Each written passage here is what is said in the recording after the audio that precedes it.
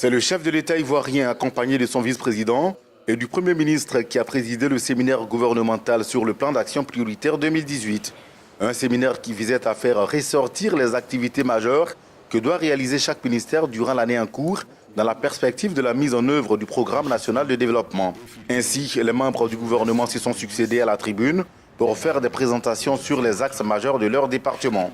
Pour le président ivoirien, ce plan d'action représente l'engagement du gouvernement à traduire concrètement ses chantiers prioritaires. Ces priorités étant identifiées, je demande à présent à chacune et à chacun de vous de faire preuve d'efficacité et de célérité dans la mise en œuvre de ces projets qui permettront d'améliorer, j'en suis sûr, de manière significative le bien-être des Ivoiriens.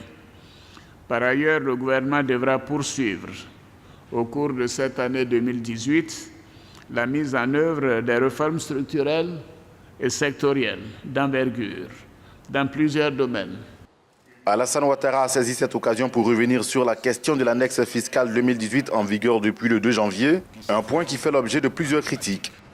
J'ai lu beaucoup de choses sur la question de l'annexe fiscale 2018 et j'ai demandé à M. le Premier ministre que les discussions sur l'annexe fiscale soient approfondies, notamment en rencontrant le secteur privé et échanger avec le secteur privé en vue de faire des propositions au gouvernement qui tiennent compte de notre volonté d'accélérer donc le développement de notre économie.